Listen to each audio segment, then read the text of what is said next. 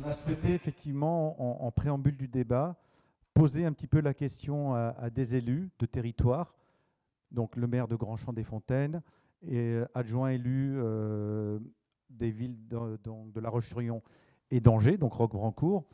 Et pour terminer avec une vision supraterritoriale, l'interview de David Martineau. Cette première partie, parce que là c'est un peu un acte 1, scène 2, hein, il y a une continuité. Je fais juste un aparté.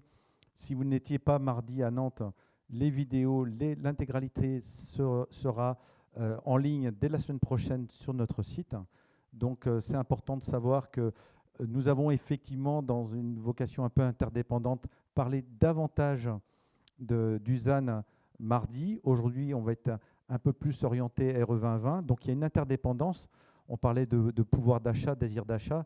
On voit que le pouvoir d'achat, c'est le levier numéro 1 aujourd'hui au cœur des débats, notamment au niveau des élections présidentielles. Le logement en est totalement absent, alors qu'il représente 30% du budget des ménages. Donc on a voulu avoir une vision d'élu pour savoir comment il résolvait cette équation à multiples variables, avec beaucoup d'inconnus autour du ZAN, autour de la RE 2020, et comment ils projetaient leur vision territoriale sur leur commune, sur leur ville, sur leur territoire à moyen et long terme. Donc, mardi, on a une vision un peu plus globale de l'ensemble des territoires. Là, on est aujourd'hui à Angers. On a donc fait le choix de vous passer l'intégralité de l'interview que j'ai proposée à Roquebruncourt. Donc, je vous la propose. Et cette vidéo servira aussi pour vous, pour nourrir le débat. Et j'espère poser des questions par la suite aux invités que je vous présenterai tout à l'heure.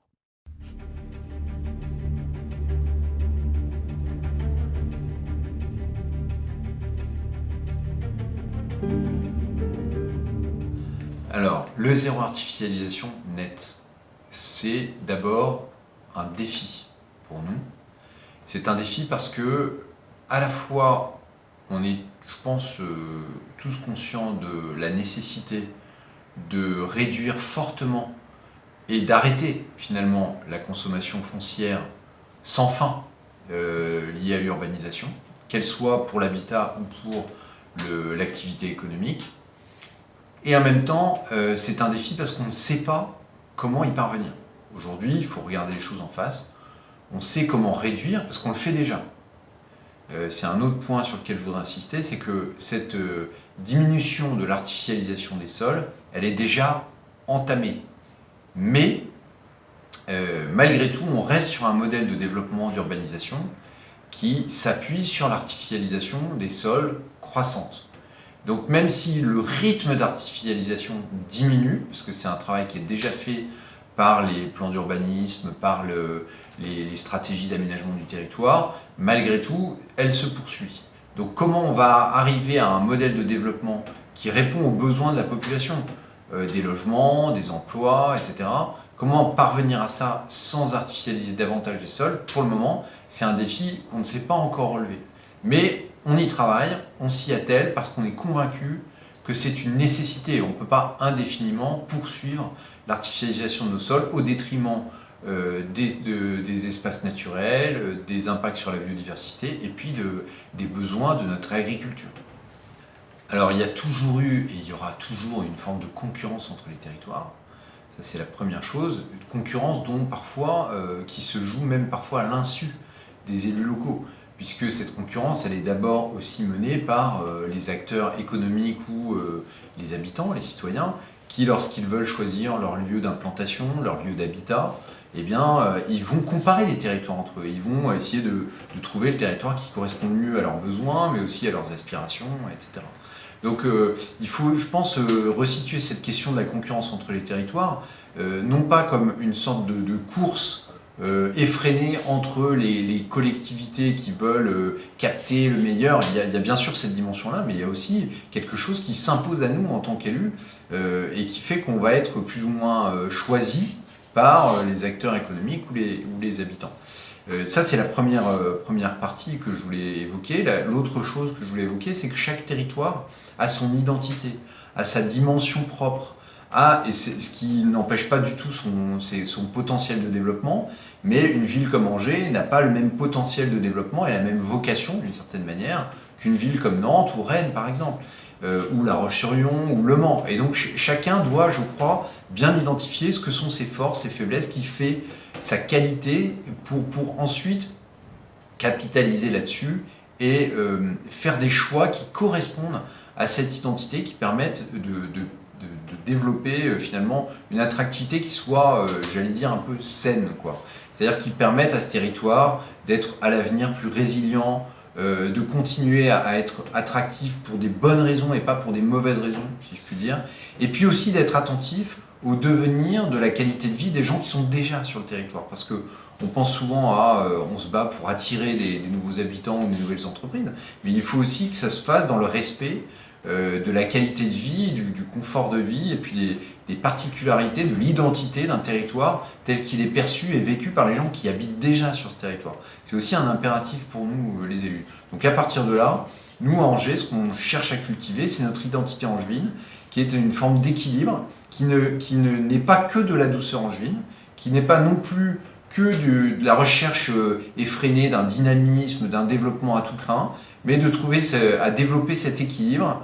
Voilà, c'est une croissance à la fois qu'on veut forte, mais maîtrisée, quoi, si je puis dire. Et c'est pas facile parce que quand la demande est forte, par exemple sur le logement, eh bien, si on ne suit pas à un rythme suffisant, eh bien, on voit tout de suite les prix qui s'envolent. Et à l'inverse, on ne peut pas non plus courir après une demande toujours plus forte et alimenter ce qui pourrait être une forme de spéculation ou de course en avant dont on ne veut pas non plus parce qu'elle ne ressemblerait pas à la fin à ce qu'est véritablement Angers et son territoire.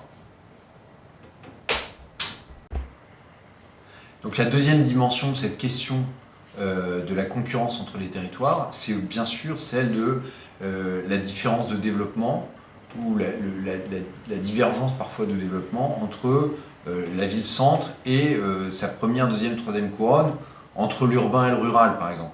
Et cette question-là, je pense qu'elle a encore besoin d'être travaillée par les acteurs politiques, les acteurs de l'aménagement, parce que c'est vrai qu'on arrive peut-être au bout d'un modèle qui a beaucoup promu ou subi le développement, l'attractivité des métropoles. Et on voit bien les limites que ça représente. Les limites parce que d'abord les habitants ont tendance plutôt à fuir les métropoles pour les inconvénients que ça représente sur la vie quotidienne, sur la mobilité, etc. Et pour autant, ils sont quand même un peu aimantés par la vie des métropoles, les services publics, les emplois, l'activité, etc. Donc je pense qu'on a besoin encore de travailler sur le sujet. Il y a des gens qui ont réfléchi à ça. Et puis dans l'Ouest, on est quand même un modèle de développement assez équilibré entre, pour le dire rapidement, l'urbain et le rural. Et c'est quelque chose, je pense, auquel il faut vraiment réfléchir et sur lequel il faut agir en tant qu'élu et en tant qu'acteur de l'aménagement à l'avenir. C'est d'assurer un bon maillage, un bon réseau de développement des villes moyennes et d'armature de développement des villes moyennes avec des polarités de premier, deuxième, troisième rang, si je puis dire, pour permettre que ce développement équilibré puisse se poursuivre. Voilà. Et assurer une bonne utilisation des espaces disponibles sur le territoire. Je pense que ça contribuera vraiment à limiter, plutôt à répondre à cet impératif de moindre artificialisation et même de zéro artificialisation nette à terme. Ça sera davantage se préoccuper de qu'est-ce qui est déjà artificialisé ou qu'est-ce qui constitue déjà des centres, des polarités de vie et d'activité sur le territoire et comment est-ce qu'on peut mieux les articuler entre elles sans forcément que ça se traduise par que ce développement se traduise par une croissance toujours sans limite des métropoles dont on voit bien qu'elle a un revers, une face cachée, si je puis dire, qui est celle de la paupérisation, de la désertification des espaces ruraux ou de deuxième, troisième couronne. Alors la question du prix de l'immobilier, du prix de sortie des biens en fait, et comment il impacte le pouvoir d'achat et quelle part ça prend dans le budget des ménages, ça aussi c'est un autre défi. Parce que comment est-ce qu'on arrive à tout faire? Comment est-ce qu'on arrive à avoir des logements, d'abord une production de logements qui soit plus respectueuse de l'environnement, bilan carbone, performance énergétique, performance environnementale, qualité d'usage, etc. Comment est-ce qu'on arrive à faire ça avec un foncier qui est de plus en plus coûteux parce que finalement, plus on va aller en renouvellement urbain et plutôt qu'en extension urbaine, forcément on est sur du foncier qui a déjà une valeur à la base qui est plus élevé que celui de la terre agricole ou de la terre naturelle qu'on urbanise. Donc on voit bien qu'il y a cet aspect de l'équation, et dans le même temps, conserver des prix de sortie qui restent modérés, ou en tout cas maîtrisés. On voit bien que ça peut être contradictoire. Et nous savons que les professionnels de la construction parfois pointent du doigt cette contradiction qui consiste à demander de faire plus de qualité et en même temps des prix maîtrisés. Donc là aussi, on est sur une ligne de crête, sur un défi à relever. C'est quelque chose, moi je pense, qui passe aussi par la nécessité d'arriver à ne pas être dogmatique, à pas chercher aussi à faire toujours plus que la norme existante, si on arrive déjà à faire la norme existante, à être pragmatique dans la manière de mener les opérations. Mais c'est un défi qui nous préoccupe beaucoup en tant qu'élus, que collectivité, parce qu'on voit bien que cette part du prix de l'immobilier dans le budget des ménages, dans le patrimoine des ménages, prend une part toujours plus importante. Et c'est pas propre à nos villes ici, à Angers ou dans l'Ouest, et c'est vrai aussi dans toutes les villes françaises. Donc c'est alimenté par d'autres phénomènes extérieurs. Il y a peut-être besoin de retravailler les dispositifs de défiscalisation tels qu'ils sont conçus. Les taux d'intérêt alimentent aussi cette dynamique, etc. Donc c'est multifactoriel, c'est pas simple à maîtriser, mais c'est une préoccupation constante. Et on sait, nous les élus, qu'elle est aussi partagée par les professionnels de l'immobilier. Donc c'est ensemble qu'on trouvera les solutions d'avancer dans la bonne voie pour y parvenir. Je vais appeler nos invités. Donc Xavier Pelter, qui est dirigeant du bureau d'études Solab, qui va nous parler en quelques mots de la RE 2020 en des termes simples et didactiques, au choix. Marie-Hélène Plumier, donc, que beaucoup connaissent bien évidemment ici, responsable promotion chez Alter, qui nous parlera un petit peu en prolongement des propos de Roch Brancourt sur ses feuilles de route. Philippe Camus, un regard opérateur, donc directeur général d'Ataraxia. Et on parlait beaucoup des financements, de l'augmentation des prix, comment les particuliers se financent, où en sont les taux d'endettement. Et donc, j'appelle Jean Loaec, qui est directeur d'agence des professionnels de l'immobilier au Crédit Mutuel. Voilà.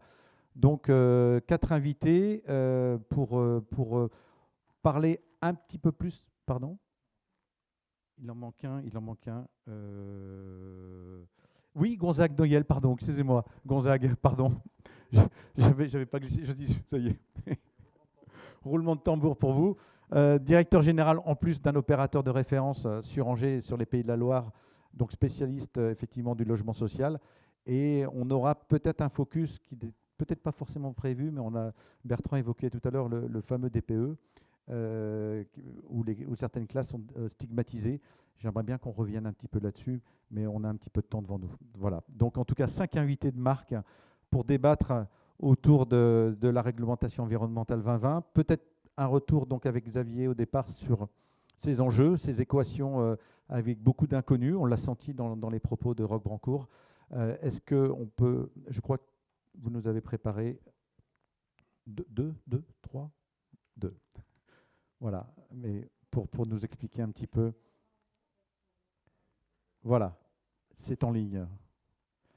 Alors je rappelle bien évidemment que tous ces documents-là seront aussi en ligne, consultables et peut-être même téléchargeables si vous en avez besoin.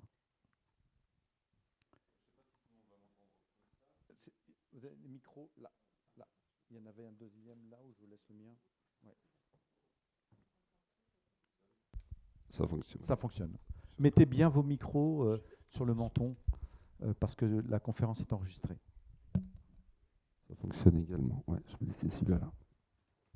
Donc, bonjour à toutes et à tous.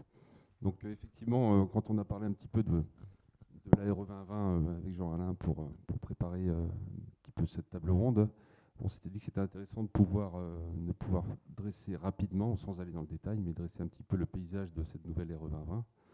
On est le 24 février, la RE 2020 est applicable depuis 2 mois, donc on est en plein dans l'actualité, c'est-à-dire on n'est plus uniquement dans une prospective, on est vraiment dans quelque chose qui existe, et même si on n'a rien de concret aujourd'hui sur le marché, forcément, tous nos projets actuels doivent forcément intégrer toutes ces nouvelles contraintes.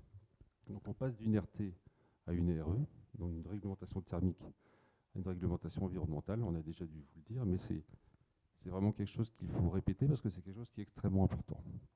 On passe d'une réglementation dans laquelle on cherchait à réduire les consommations pour réduire les émissions de CO2, et on passe dans une réglementation où on va continuer à essayer de réduire les consommations, mais en plus, on va essayer de quantifier et réduire les impacts de l'ensemble de l'acte de construire. Donc ce n'est pas uniquement de la performance sur des systèmes techniques, c'est vraiment de la performance sur l'ensemble de l'acte de construire. Donc ça change complètement les choses en fait en termes d'approche, parce que ça rajoute des inconnus. Donc, alors ça peut paraître problématique, et on va se dire voilà, ça va poser quand même des gros problèmes. J'aurais tendance à faire un parallèle avec la RT, la réglementation thermique, qui est apparue, pour ceux qui sont connus, en 2000. Ça paraissait complexe à l'époque. Il y avait quelques petits critères. Avant la RT, on faisait des calculs simples et les considérations thermiques étaient liées à ce qu'on appelait les calculs TH. Donc on faisait quelques petits calculs sur des papiers, sur des feuilles Excel, et on est arrivé avec la RT avec un moteur de calcul et des critères à respecter. On s'est dit, wow, comment est-ce qu'on va y arriver? Ça change complètement la face des choses. Et au final, petit à petit, on a réussi à intégrer tout ça. Alors ça a changé de fonctionnement. On a eu beaucoup plus d'échanges entre architectes, avec vous, avec les maîtres d'ouvrage, et beaucoup plus d'échanges aussi avec les fabricants qui ont évolué et qui ont amélioré leur système pour pouvoir répondre à ces exigences de la réglementation. Et au final, on y est arrivé. Et en fait, on va se retrouver exactement dans la même mécanique avec la RE. C'est-à-dire qu'on change de mode de fonctionnement, on va sûrement passer par cette phase qui est une phase de découverte, d'apprentissage, et on va y arriver au fur et à mesure. Alors ça mettra un petit peu de temps, parce que forcément, on est sur quelque chose de beaucoup plus large. Et il faut qu'on commence à apprivoiser tous ces nouveaux critères.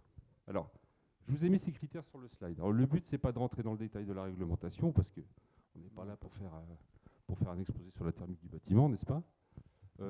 Mais c'est quand même important d'avoir ces critères en tête. Vous avez, en RT 2012, en fait, au final, 3 critères importants. Un critère sur l'enveloppe, le coefficient Bébio, un critère sur la performance énergétique, le CEP, et un critère sur le confort d'été, le TIC, qui est tout en bas.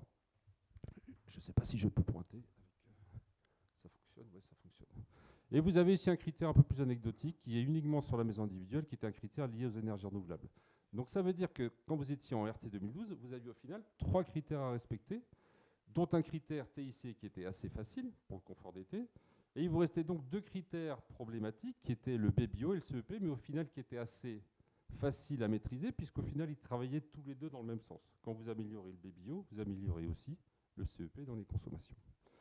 Depuis 2000, la réglementation a évolué, on est arrivé à la RT 2012, les performances se sont améliorées, et le bâtiment s'est amélioré. À partir de 2016, mais aujourd'hui on est dans une logique où on maîtrise cette RT de façon très correcte depuis plusieurs années. À partir de 2016, sont apparus les labels E+, C-. Alors vous avez sûrement tous entendu parler des labels E+, C-. Ils étaient quand même vachement importants. Ce n'était pas de la réglementation, mais c'était des labels qui étaient là pour introduire la notion de bilan carbone dans les bâtiments. C'est-à-dire qu'on travaillait toujours sur la notion de performance de l'enveloppe, avec notre coefficient Bébio. On travaillait toujours sur la performance énergétique, alors avec notre coefficient qui n'était pas le CEP, mais bon, peu importe, ce n'est pas le sujet d'aujourd'hui. On incitait à l'énergie renouvelable sans avoir d'obligation, mais surtout, on intégrait un nouveau coefficient ou une nouvelle façon de penser qui était l'impact carbone. C'est-à-dire qu'au-delà de la réduction de la consommation énergétique, on regardait l'impact carbone du bâtiment sur tous ses aspects. Construction, matériaux, recyclage et tout ça. Donc c'était en fait des labels qui, c'est souvent le cas, mais c'était des labels qui préfiguraient la future réglementation, qui est la RE 2020, qui est la réglementation d'aujourd'hui. Et effectivement, dans la RE 2020, on retrouve toutes ces idées-là, sous une forme un petit peu différente.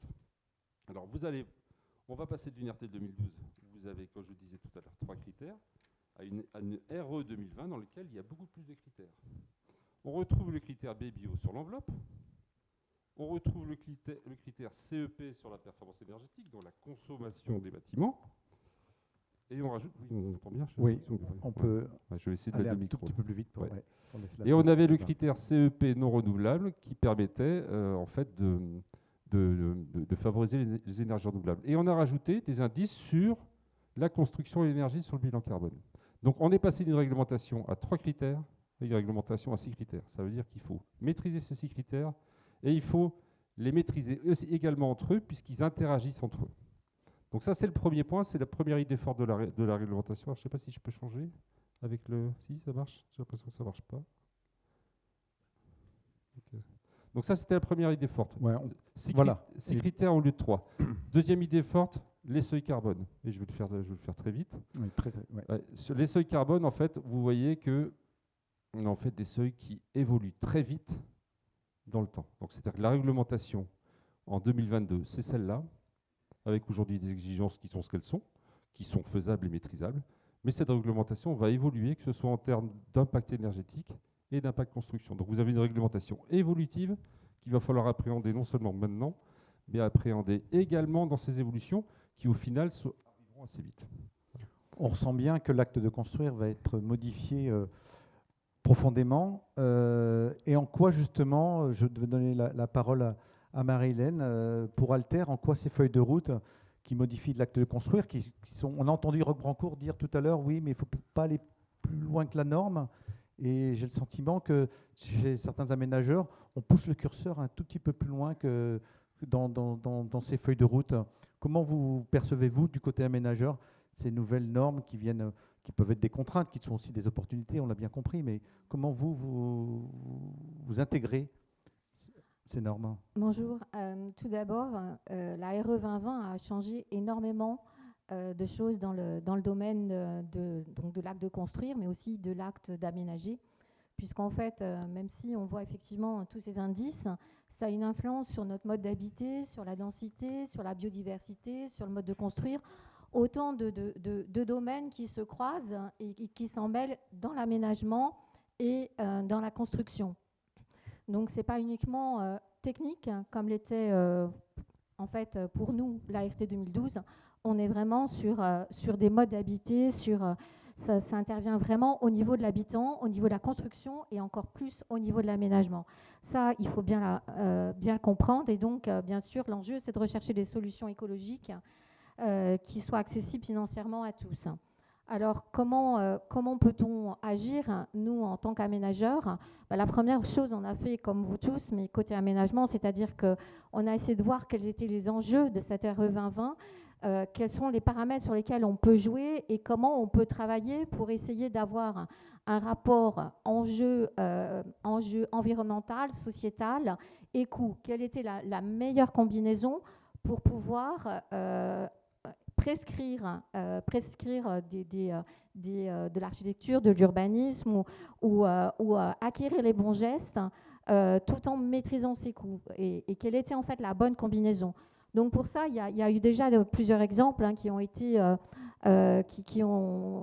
qui existent. Hein. Vous avez tous Pyrénées-les-Îles en tête, puisque je crois que vous avez pratiquement, je pense, tous participé à ces ateliers. Donc c'est vrai que une des façons, c'est de se réunir des savoir-faire, parce que c'est une approche qui est systémique, globale, et plus du tout comme avant, c'est-à-dire chacun déroulait son projet. Et puis à la fin, ça donnait, on avait un appel d'offres, ça donnait un prix. Et là, en fait, c'est les associations, les entreprises, les maîtres d'usage, toute la formation, tous les professionnels, il faut tous qu'on se mobilise. Et donc, c'est bien sûr des temps d'études plus longs pour pouvoir, encore une fois, de plus trouver la meilleure solution. Bon, on ne peut pas tous faire Pyrénées-les-Îles, 3000 logements, et puis voilà. On peut par contre essayer soit de mutualiser ou de combiner, combiner des commandes, mutualiser. Alors, qu'est-ce qu'on peut mutualiser? On peut mutualiser des services, des usages au niveau de l'entretien. On peut, c'est ce qu'a fait, on peut aussi être l'initiateur et l'accompagnateur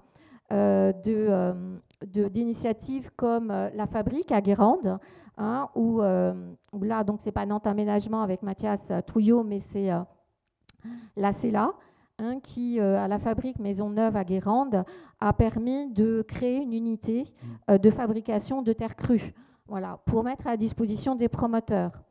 mais ça peut être aussi d'autres initiatives, comme par exemple mettre un terrain à disposition de différents promoteurs pour pouvoir, dans le cadre de l'économie circulaire, pouvoir stocker des matériaux de réemploi au bon moment, au prix le plus intéressant, et pouvoir justement contribuer comme ça contribuer comme ça donc à cette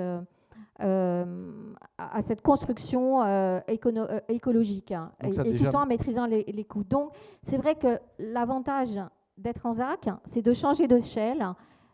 Et donc, dans ce cas-là, on peut effectivement vous accompagner, initier énormément trouver des combinaisons. Voilà, il faut créer, il faut être créatif. Et ça, c'est vraiment je vais presque dire le mot d'ordre dans cette RE 2020. Il faut trouver les bons réflexes, changer, et on est tous dans les balbutiements de nos réflexes, et c'est à nous de nous réinventer.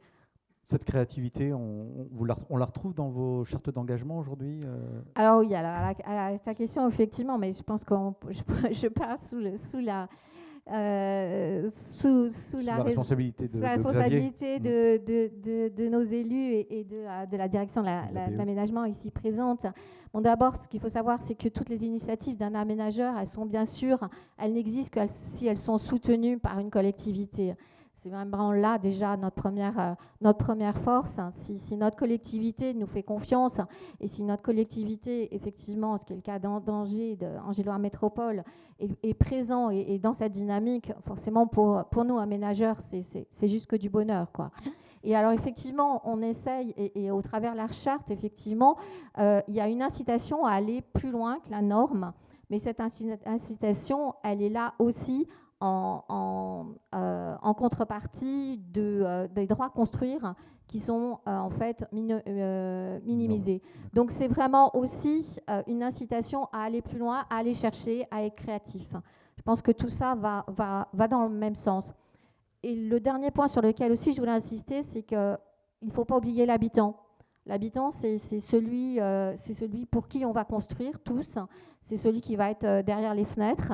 Et je pense qu'il ne faut pas l'oublier à plusieurs niveaux, c'est-à-dire il faut non seulement l'éduquer, l'accompagner, et l'accompagner dans les bons gestes, parce qu'il a un rôle au niveau environnemental aussi à jouer. Mais ce logement coûte que coûte, justement, c'est le thème de la conférence. On voit bien qu'il y a une influence, puisqu'on parle à peu près de 15%, Xavier, du prix. Oui, à peu près. Il y a une influence sur le prix. In fine, c'est l'habitant qui effectivement se trouve aujourd'hui confronté entre ce désir et ce pouvoir d'achat qui semble contrarié. Mais justement, Philippe Camus, qui est au contact des usagers au quotidien, comment vous arrivez à résoudre la quadrature du cercle entre l'augmentation des prix? Alors peut-être que des droits à construire sont minimisés, mais est-ce que pour vous, opérateurs, au quotidien, c'est chose aisée à manœuvrer? Il y a la créativité, d'accord, mais il y a aussi, in fine, le prix de sortie des logements. Oui, bien, moi je rejoins tout à fait les propos de Roch Brancourt. Je pense qu'on est vraiment sur une ligne de crête. C'est-à-dire, jusqu'à maintenant, effectivement, ça a tenu. C'est-à-dire que les marchés ont fonctionné avec les efforts de tous, mais on est vraiment dans des tensions d'élastique fortes. C'est-à-dire que toute la hausse des prix qu'on connaît depuis des années, en continu depuis 1997, elle a notamment été supportée par la baisse des taux. Donc ça, c'était la courbe très intéressante qu'on a vue tout à l'heure. Et on voit qu'à partir du moment où les taux remontent, et c'est quand même le cas là, il y a des indices début 2022 d'une remontée sérieuse des taux. Jean nous en parlera tout à l'heure. On peut assez rapidement désolvabiliser des grandes portions d'acquéreurs potentiels. Et ça, c'est un vrai sujet qu'il faut avoir tous en tête. Alors, on le voit très bien en 2021, nous les promoteurs, dans le comportement de nos clients. Sur des marchés, on peut prendre l'exemple du marché dans notre région de Nantes. C'est un marché qui a quand même beaucoup progressé. Et les prix qu'on atteint à Nantes, comme à Rennes, comme à Bordeaux, ou ailleurs dans des grandes métropoles, finissent dans le neuf par décourager les acquéreurs. C'est-à-dire que d'abord, les accédants finalement se disent je me retourne vers l'ancien, mais je ne peux plus acheter neuf, quelles que soient les qualités du neuf.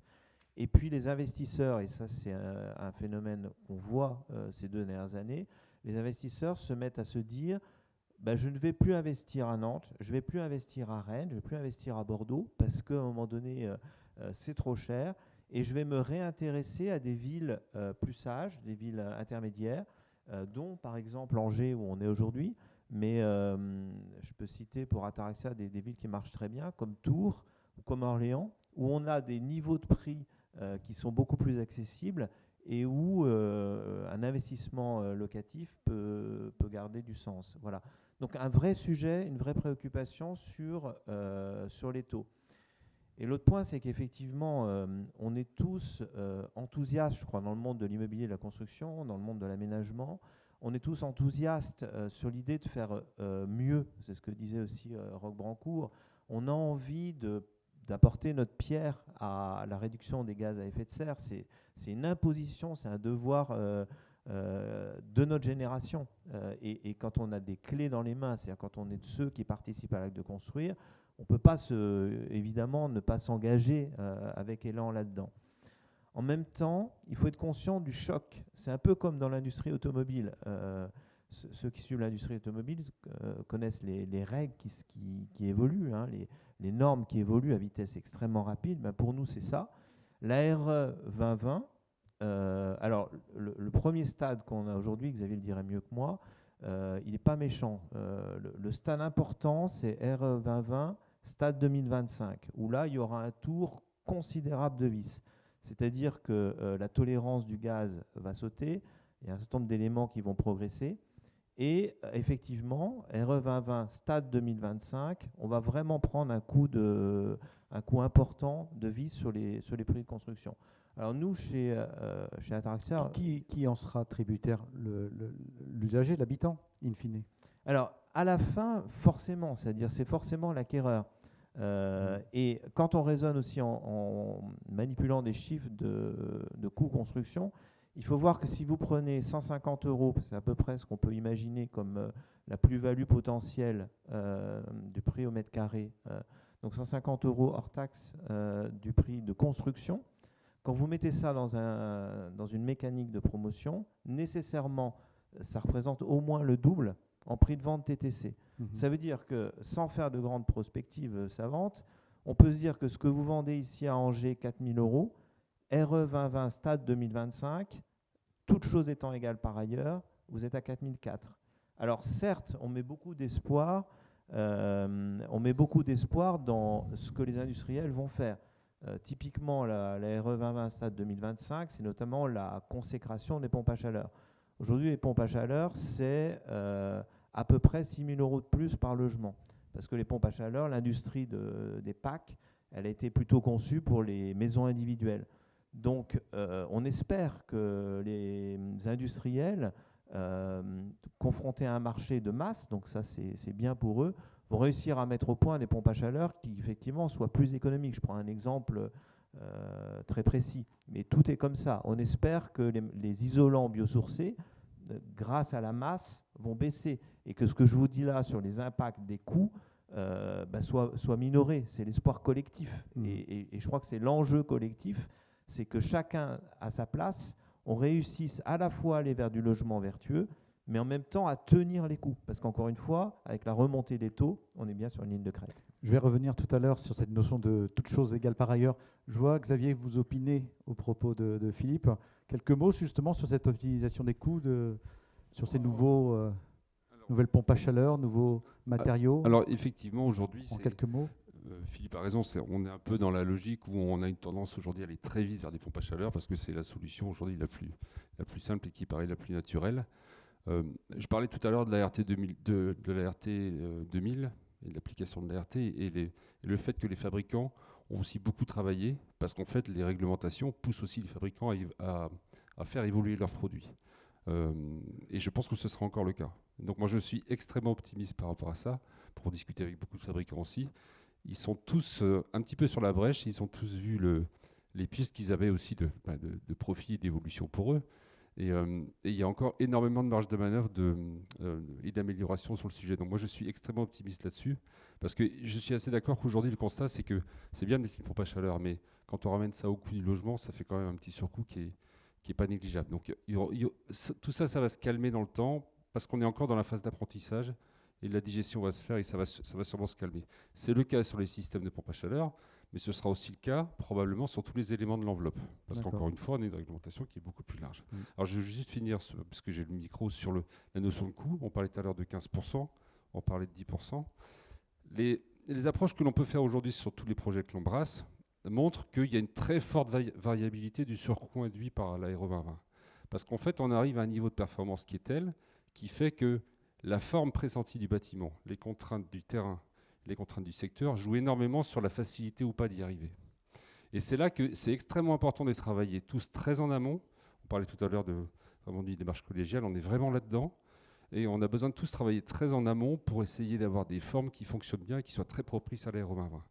C'est important dès l'esquisse avec l'architecte. C'est aussi, à mon avis, extrêmement important dès la phase d'urbanisation avec les aménageurs, avec les urbanistes. Parce qu'on rentre vraiment dans une logique où si on rentre sur des parcelles qui sont déjà trop contraintes et où on ne peut pas faire ce qu'on veut avec le bâtiment, on va se retrouver avec des bâtiments qui ne seront pas propices au sujet et qui vont induire des surcoûts importants. Alors là, on parle de la RE. Je suis d'accord que tout ne doit pas se faire non plus par rapport à la RE parce qu'il y a la qualité d'usage qui rentre évidemment bien en jeu là-dedans. Et puis, parce que si on fait des bâtiments qui sont efficaces énergétiquement mais qui au final ne sont pas propices à la vie des gens, ça ne marchera pas non plus. Donc faisons quand même extrêmement attention à ça. L'important, c'est au final de le regarder le plus tôt possible. Alors, le regarder le plus tôt possible, avant de donner la parole à Gonzague sur le volet social, justement, en termes d'usage et d'habitants. Philippe, juste un petit mot sur le toutes choses égales par ailleurs.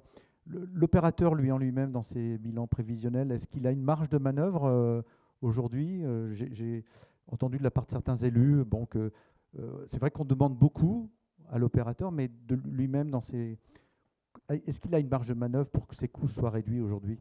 Ou autrement dit, ses marges? Alors, cette question est intéressante et c'est important qu'elle soit posée. Ce n'est pas un tabou dans la discussion avec tous les acteurs de bien poser les choses et aussi de chasser les malentendus ou les approximations. C'est vrai que parfois on entend, mais finalement vous, les promoteurs, avec les niveaux de marge que vous avez à peu près 20% de marge. Ça serait facile. On vend à Angers à 4 000 €, vous faites un petit effort et on vend à 3 600 ou à 3 500. Alors, balayons ces malentendus. Quand on dit, dans un bas de bilan de promoteur, quand on dit qu'il y a 20% de marge, il y a de la confusion là-dedans. Un bas de bilan de promoteur, je suis désolé pour les promoteurs de la salle, c'est leur quotidien, mais pour ceux qui ne sont pas promoteurs, un bas de bilan de promoteur, il y a 3 postes importants. Il y a des honoraires de commercialisation, il y a des honoraires de gestion, et il y a ce qu'on appelle sans doute improprement la marge. Alors, le risque. Les honoraires de commercialisation, je vais y passer rapidement, c'est 5 à 6% dans les bilans promoteurs. C'est un véritable coût. C'est amusant de voir que quand on paye des gens pour construire, c'est plus facile de comprendre que c'est un coût, et quand on paye des gens pour distribuer, c'est moins facile de comprendre le coût. Mais s'il était facile de vendre pour 2%, les promoteurs le feraient. Les promoteurs sont dans un système concurrentiel. S'ils provisionnent et si ça leur coûte 5 à 6%, c'est que c'est le coût réel de la distribution.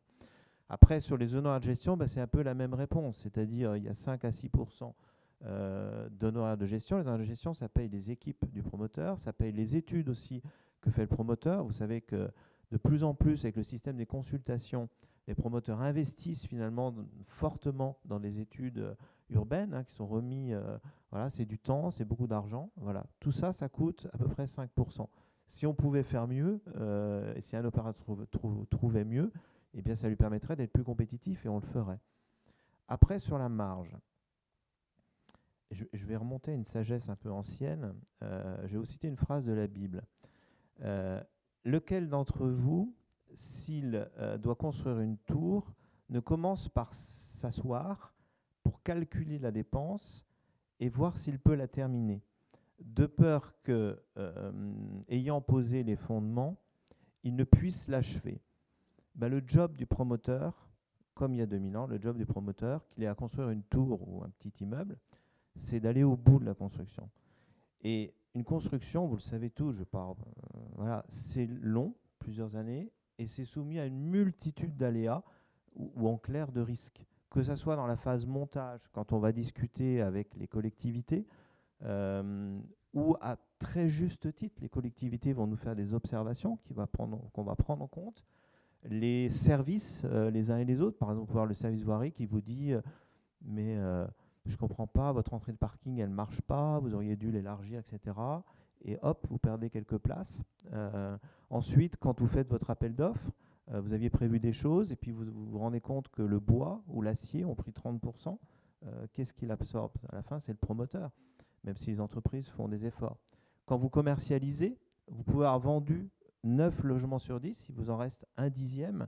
Si vous êtes trompé sur la qualité d'aménagement intérieur de l'appartement, si vous avez mal appréhendé les vues, le positionnement, vous pouvez rester scotché et casser le prix du logement. Bon, tout ça, c'est le risque. Et le risque, à la fin, il y a une règle dans la profession qui est qu'il faut partir dans une construction avec 6 à 8% de couverture de risque. Et d'ailleurs, la plupart des promoteurs, la quasi-totalité des promoteurs, pour lancer une construction, bien sûr, apportent des fonds propres et vont se faire financer.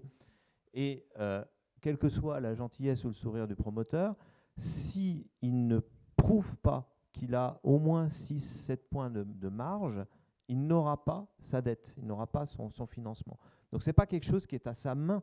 C'est-à-dire soit il fait en sorte que dans son bilan, il y ait une couverture de risque jugée suffisante, soit il ne sera pas financé, l'opération ne se fera pas. Voilà, en quelques mots, ce qu'on peut dire. Donc on sent que vous êtes à la croisée de tous les chemins. Mais justement, si on veut maintenir un logement abordable pour tous, agréable et avec des coûts maîtrisés, comment, du côté volet social, comment donc je rappelle, hein, vous êtes DG donc, de Podelia, comment on peut résoudre cette équation pour maintenir un logement abordable pour tous? Oui, alors on est un peu sur les contraintes qui sont évoquées, puisqu'on construit 1000 logements par an, 200 à l'accession, donc c'est des problématiques qu'on connaît, mais on en gère surtout 27 000. Donc on est vigilant, et puis c'est aussi la solvabilité des clients, puisque voilà, donc quand on parle d'éléments techniques nouveaux, nous on pense tout de suite c'est des charges qui ne sont pas solvabilisées par l'APL.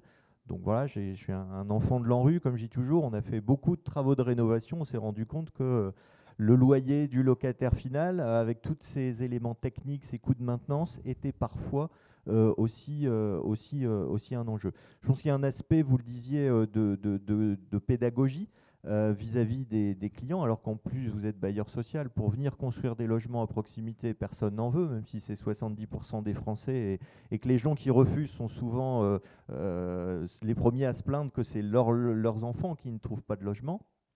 Donc il y a un élément pédagogique vis-à-vis des élus. C'est vrai que quand on parle, puisque évidemment 2025, la réglementation, c'est les terrains qu'on achète aujourd'hui. Donc ça veut dire qu'il faut quand même qu'on anticipe un peu.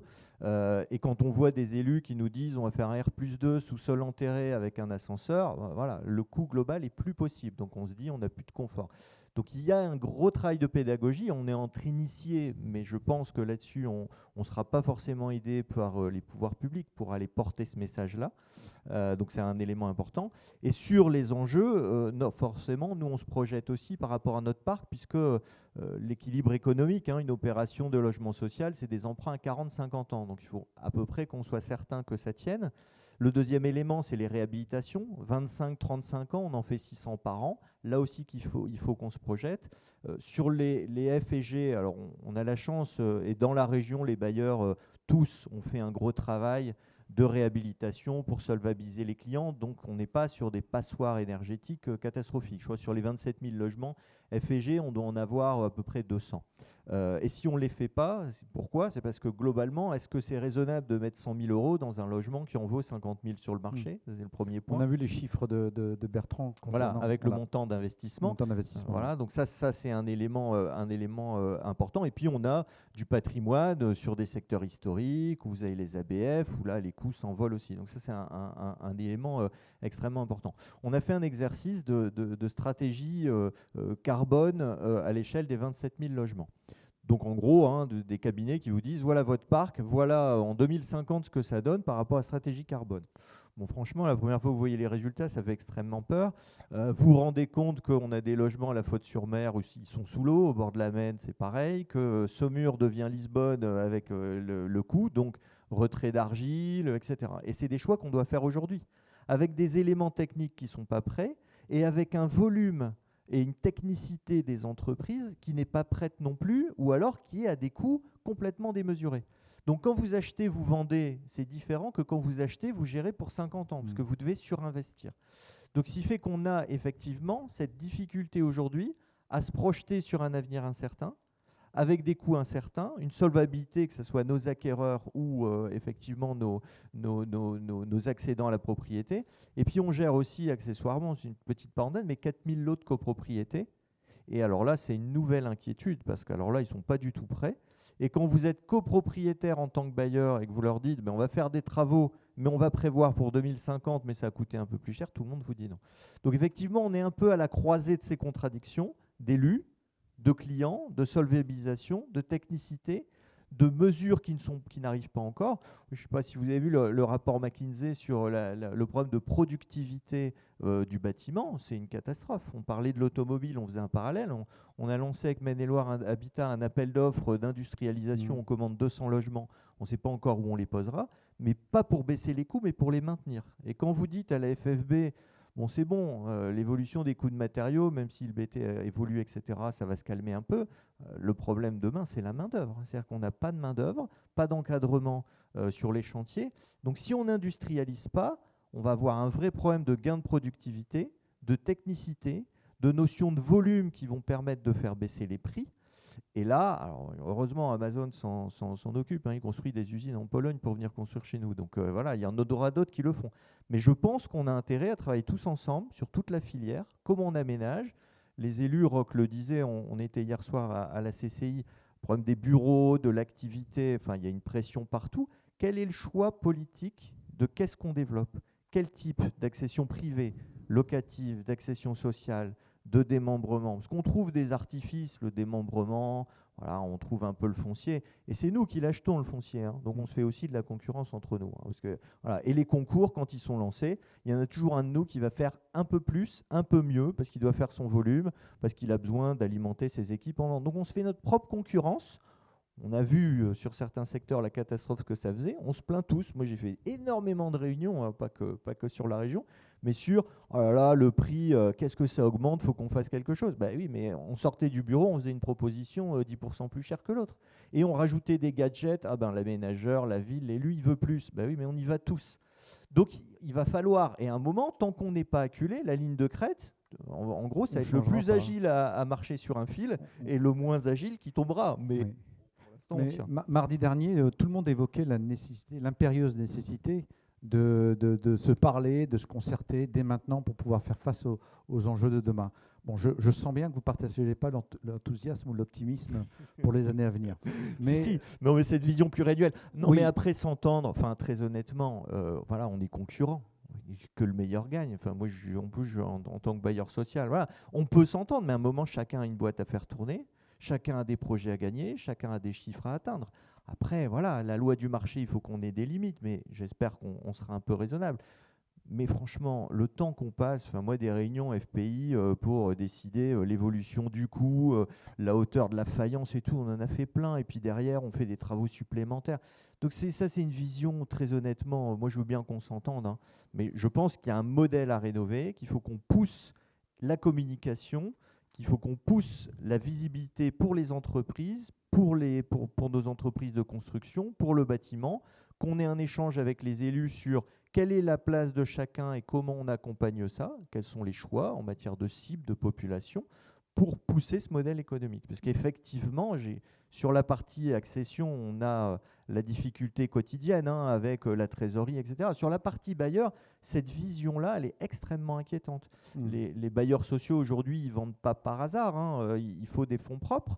Le problème, c'est que quand vous vendez un logement, vous en construisez 3, mais le chèque de l'année, nous on fait à peu près 20 millions de ventes dans l'ancien par an, le chèque, au bout de 5 ans, il est consommé. Et vous remettez cet argent dans les fonds propres dans des opérations qui sont structurellement déficitaires à 40 ans.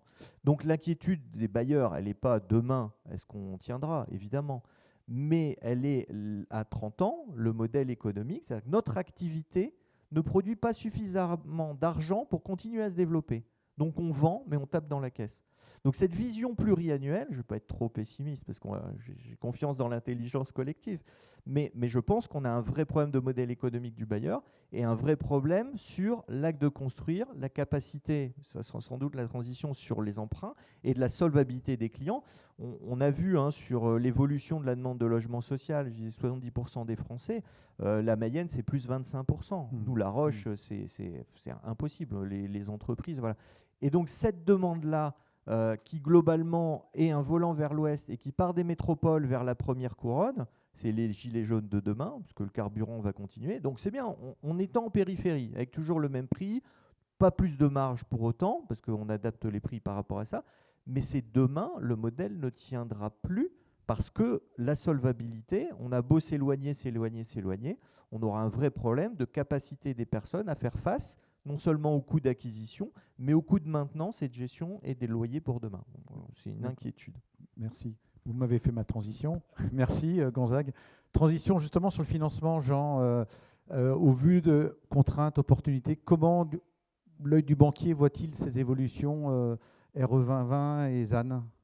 Oui, alors moi je dirige l'agence des professionnels de l'immobilier, donc je suis plus focalisé sur le financement des opérations de promotion immobilière notamment, et c'est vrai qu'on le mesure de plus en plus, ça devient de plus en plus sportif, et je rejoins les propos de Philippe qui dit que les opérateurs ont besoin de présenter des bilans financiers équilibrés qui rémunèrent les risques qui sont pris très en amont par les opérateurs, par le banquier en partie aussi au moment du financement bancaire qui est déterminant aussi dans le cycle de vie d'une opération, et puis jusqu'à la livraison du dernier lot et la vente du dernier lot pour constater que le scénario qui avait été prévu au départ est bien celui sur lequel on aboutit. Et puis, je veux dire, le risque du banquier aussi là-dessus, il est de deux types. C'est qu'on apporte la trésorerie nécessaire pour accompagner le financement de l'acquisition du terrain et, dans un second temps, souvent le financement des travaux avec le moins d'incertitude possible. Mais on produit aussi pour le compte des investisseurs et des accédants une garantie financière d'achèvement. Et là, c'est un risque illimité. Ça peut être un plongeon dans l'inconnu. Donc là aussi, le banquier il a besoin d'être rassuré, d'avoir des données fiables et le moins d'incertitude possible quand il se positionne. Est-ce que le banquier est rassuré par rapport au contexte inflationniste sur la possible, on parlait d'évolution des taux, comment vous réagissez par rapport à cette nouvelle donne d'une inflation qui pourrait avoir une incidence sur l'augmentation des taux? Alors l'augmentation des taux, des particuliers. Elle est davantage, elle influencera davantage la capacité des particuliers demain à se financer. Mais peut-être pour commencer mon propos sur ce thème, c'est de rappeler que la manière dont on distribue le crédit habitat en France est assez vertueux, puisqu'il s'assoit davantage sur la capacité de l'emprunteur à faire face à ses remboursements, ses échéances, que sur la valeur du bien ou de l'actif qui est acquis. Ça, c'est une chose. C'est un marché qui, globalement, est sain, puisque le taux de défaut, encore aujourd'hui, mais historiquement, est quand même assez bas en France. Moins de 1%, je crois, encore aujourd'hui. On parlait de pouvoir d'achat immobilier. C'est vrai que malgré l'augmentation des prix du logement, que ce soit sur l'ancien ou le neuf, tout ce qui peut être acquis par les investisseurs ou les accédants à la propriété a grimpé. Le pouvoir d'achat s'est amélioré. Peut-être que la tendance est en train de se renverser, mais les leviers qui ont permis, c'est peut-être pas les seuls, mais les deux leviers importants qui ont permis cette augmentation du pouvoir d'achat immobilier des ménages, parce qu'un achat immobilier se conçoit très souvent accompagné d'un financement bancaire, c'est la baisse des taux qu'on a constaté, c'est une donnée de marché, et c'est l'allongement de la durée des financements.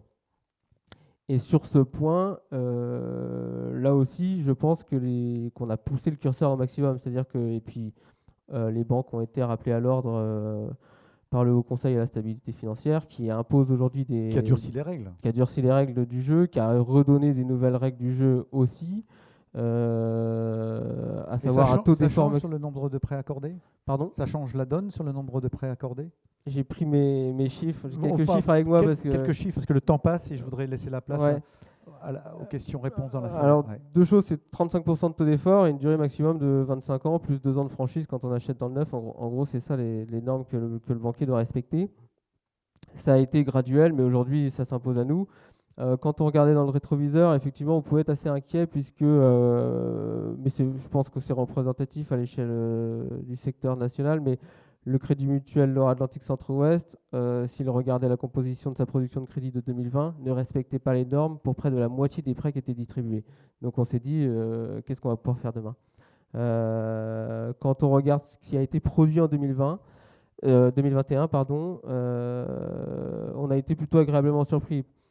C'est-à-dire que notre production de crédit habitat a cru de 10% par rapport à l'année 2020 et de 21% par rapport à l'année 2019. Et on constate que les normes, c'est vrai chez nous, mais je pense que c'est vrai dans tout le secteur bancaire, sont globalement bien respectées, puisque le Haut Conseil à la stabilité financière permet tout de même d'être dérogatoire sur 20% des crédits qui sont distribués. Aujourd'hui, pour parler du Crédit Mutuel Loire-Atlantique Centre-Ouest, on n'est qu'à 15% de dérogation, donc si on veut, on en a encore un petit peu sous le pied. Gonzague, tout à l'heure, a fait une petite incursion dans le domaine des risques climatiques. Et j'ai vu le rapport du Haut Conseil à la stabilité financière qui incluait maintenant les risques climatiques dans leurs données. Est-ce que pour vous, ça va changer la donne également? C'est une donnée qui est observée. Alors, le banquier, il agit souvent en réaction par rapport à voilà, ce qui s'impose à lui ou ce qui s'impose aux opérateurs, aux opérations qui sont financées, et puis les ménages qui achètent ensuite auprès de ces mêmes personnes. Mais effectivement, de plus en plus, dans nos opérations, on regarde la qualité des biens qui sont financés et on s'interroge, est-ce que ça peut être voilà, quelque chose un actif qui est bien noté sur les aspects environnementaux. Est-ce que ça peut être une prime pour accéder à un financement, c'est-à-dire peut-être un effort en fonds propres moindre, ou un taux d'intérêt qui pourrait être bonifié? D'accord. C'est des choses qui sont aussi à l'étude, mais à l'étude. c'est pas de manière je veux dire, systématique. Ça rentre dans la balance dans l'étude d'un dossier et ça peut être aussi un argument pour favoriser un financement bancaire plutôt D'accord. qu'un autre. Ouais. En conclusion, avant la série de questions, Gonzague, vous nous auriez manqué, effectivement. Non, mais Peut-être un mot de conclusion. Juste, Vous vouliez rebondir sur le propos de Jean. ouais, sur la dette, alors, on a, nous, c'est 850 millions d'euros de dette, hein, l'évolution du titre livret A qui a fait plaisir à tout le monde, c'est plus de millions pour nous. Mais ce que je voulais dire surtout, c'est qu'on a des échanges avec les banques qui se financent au niveau européen. Eux doivent rendre des comptes par rapport au côté vert des investissements sur la réhabilitation et sur le neuf aussi. Et il nous disait clairement, il y avait des personnes qui géraient ça au niveau de la Commission européenne qui nous dit, demain, si vous ne construisez pas vert, si vous n'investissez pas vert, par rapport au reporting qu'on est en train de nous préparer dans nos gouvernances, etc., non seulement vous aurez des prêts moins intéressants, mais vous n'aurez en plus, après-demain, plus de prêts du tout. Parce qu'aujourd'hui, ces financements bancaires et leurs obligations font qu'il va falloir qu'on construise vert et qu'on construise et qu'on réhabilite vert. Donc ça veut dire que ce sujet va être aussi sur l'aspect financement. Au cas où il restait un espoir à quelqu'un dans la salle pour dire on va s'en sortir, même les banques vont aussi nous obliger à investir là-dessus. Donc c'est aussi un élément inquiétant. D'accord. C'est une conclusion réaliste, pas très optimiste, mais réaliste en tout cas. Est-ce qu'il y a des questions? Parce que le temps passe et je sais que vous êtes sans doute très affamés parce que vous êtes levé tôt pour venir nous voir. Est-ce que vous avez des questions dans la salle pour interpeller l'un d'entre nous ou par rapport aux propos de Roch Brancourt tout à l'heure? N'hésitez pas, c'est le moment. Rassurez-vous, les plats attendent un peu après. On a un peu de temps, hein. Voilà, c'est moi qui me presse une aussi. question, on peut la prendre, voire deux. Je ne veux pas faire la question, ce serait dommage. Bah si, je crois en plus, Bertrand, tu avais une question un peu préparée. Mais... Mathieu, une question? Tout toujours non, les- juste une remarque. J'applaudis très fort les propos de Philippe Camus. On a besoin de transparence avec l'ensemble des acteurs de la construction. Et la question du plan financier est un point essentiel, enfin, je dirais, dans l'acte de construire.